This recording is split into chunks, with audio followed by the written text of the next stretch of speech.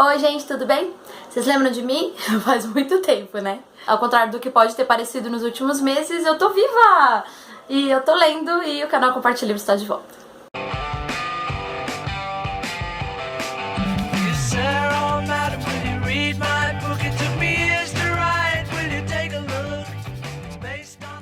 O último vídeo do canal foi feito em outubro, de lá pra cá muita coisa aconteceu. Quero começar esse vídeo já agradecendo a uma galera que acompanha o canal, que cobrou por eu não estar mais gravando. E eu fiquei muito feliz, é claro, porque a graça do canal é essa, né? Interagir com vocês, enfim, pra gente bater um papo mesmo sobre os livros. Voltei, tá bom? E vou fazer o possível pra não sumir de novo, tá, gente? Um segundo agradecimento importante que eu tenho que fazer é pra um amigo que fez a arte do canal Compartilhe Livros. Aqui, também tá lá na página do Face. A arte foi feita pelo Vinícius Alves, que é um amigo meu de algum tempo. Foi meu aluno também, hoje é estudante de design. E tá mandando muito bem nos trabalhos. Aqui na descrição do canal eu coloquei um link pro trabalho dele. Pra quem se interessar, eu recomendo. Então, muito obrigada, Vini. Eu amei e ficou a minha cara. Nesse tempo que eu fiquei sem gravar vídeos, eu não parei de ler.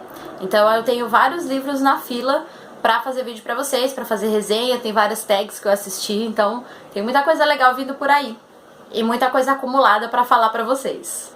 Como o último vídeo do canal foi a resenha de Os Homens que Não Amavam as Mulheres, eu vou dar continuidade à trilogia Millennium, que agora eu já terminei de ler, e hoje eu vou fazer um comentário sobre o segundo livro, que é A Menina que Brincava com Fogo.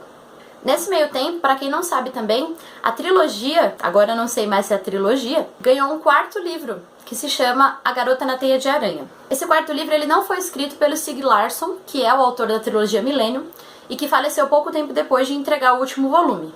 Como a série fez muito sucesso, os herdeiros do escritor contrataram um jornalista chamado David Lagerkrantz, sei lá como se fala isso, para dar continuidade às aventuras do Mikael Blomkvist e da Lisbeth Salander.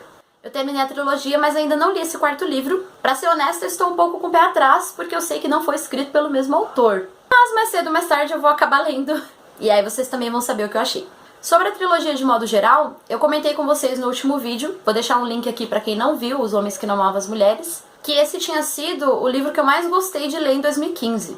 Na verdade, foi o melhor livro que eu li em muito tempo. Porém, eu não achei o restante da trilogia tão sensacional quanto. Isso significa que os outros livros sejam ruins? De forma alguma. Mas o primeiro é excepcional. E eu achei que os outros não conseguiram alcançar o mesmo patamar de maravilhosidade. O segundo volume, que é A Menina que Brincava com Fogo, vai contar pra gente um pouco mais sobre a história da Lisbeth Salander. Na verdade, muito mais.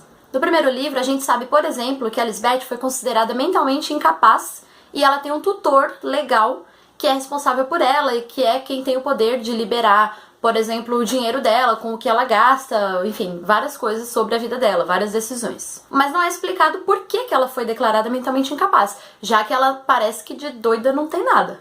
Então esse segundo livro vai falar pra gente o que aconteceu na vida da Lisbeth desde a sua infância, que fez com que ela se tornasse a pessoa que a gente conhece no primeiro livro. Eu adoraria contar pra vocês o tanto de loucuras que acontece com ela, mas eu não posso dar spoiler, então eu só vou adiantar aqui, ela passa muita coisa e ela sofre pra caramba nos 20 e poucos anos de vida que ela tem. Nesse segundo livro, a perspectiva da história se abre, na verdade, porque por um lado é a história da Lisbeth Salander, porém a história da Lisbeth está ligada com uma conspiração que acontece na Suécia, envolvendo a polícia secreta e tudo mais, desde a Guerra Fria. Então nesse volume a gente já vai ter questões políticas, vai ter um reforço daquela crítica às instituições que ele já fazia no primeiro livro. E aí, apesar de ser a história da Lisbeth, acaba envolvendo muitas outras pessoas, muitas outras vidas e muitos fatos também da própria história do país. Isso eu achei super legal. Outra coisa muito legal é que na esteira do primeiro livro, que já falava da violência contra as mulheres, a gente tem uma continuidade desse tema. Então, nesse segundo volume, a revista Millennium está preparando um número temático sobre o tráfico de mulheres. Tem inclusive jornalista novo no pedaço, fazendo descobertas cabeludas sobre esse mercado na Suécia. Além disso, uma coisa que eu acho muito legal na escrita do Larsson é que ele vai trabalhar a questão do machismo não só no enredo principal, mas em pequenos detalhes, em pequenas sutilezas que talvez passem até despercebidas para um leitor desatento, que não é o meu caso. Não no que diz respeito a esse assunto, pelo menos. Por exemplo, em virtude do que aconteceu no primeiro volume, o Mikael Blomkvist se torna uma espécie de celebridade. Então ele é chamado para falar nos jornais, para fazer análises econômicas e tudo mais. E ele tem um trato com uma jornalista da TV para quem ele dá exclusividade, vamos dizer assim. Porém, o que acontece é que depois de um tempo, o Blomkvist começa a perceber que essa moça está sendo deixada de lado pela emissora.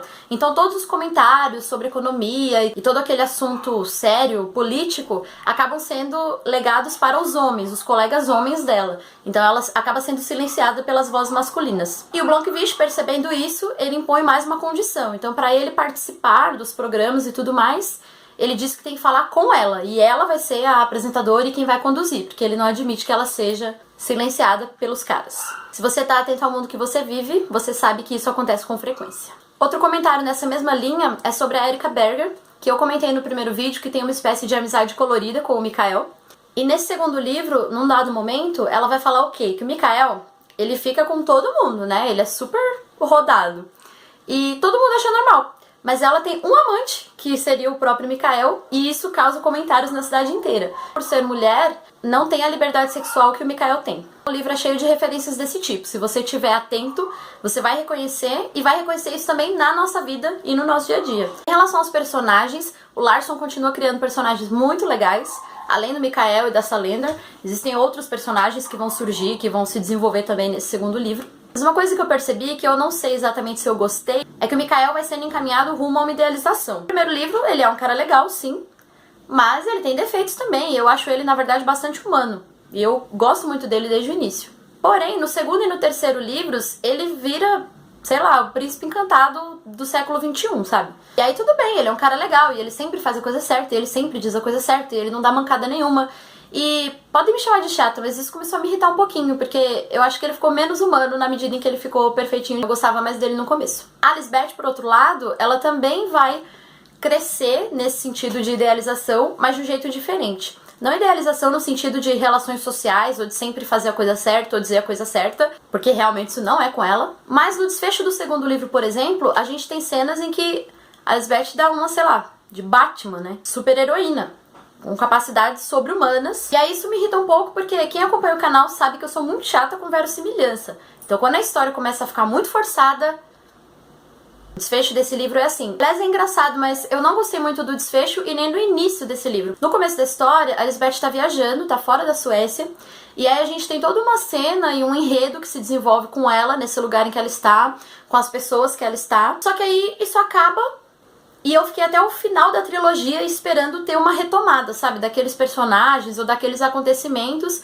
pra que tivesse uma amarração. Só que isso não aconteceu. Ficou um pedaço totalmente perdido, assim, dentro da história da Salander, dentro da história do livro, da trilogia.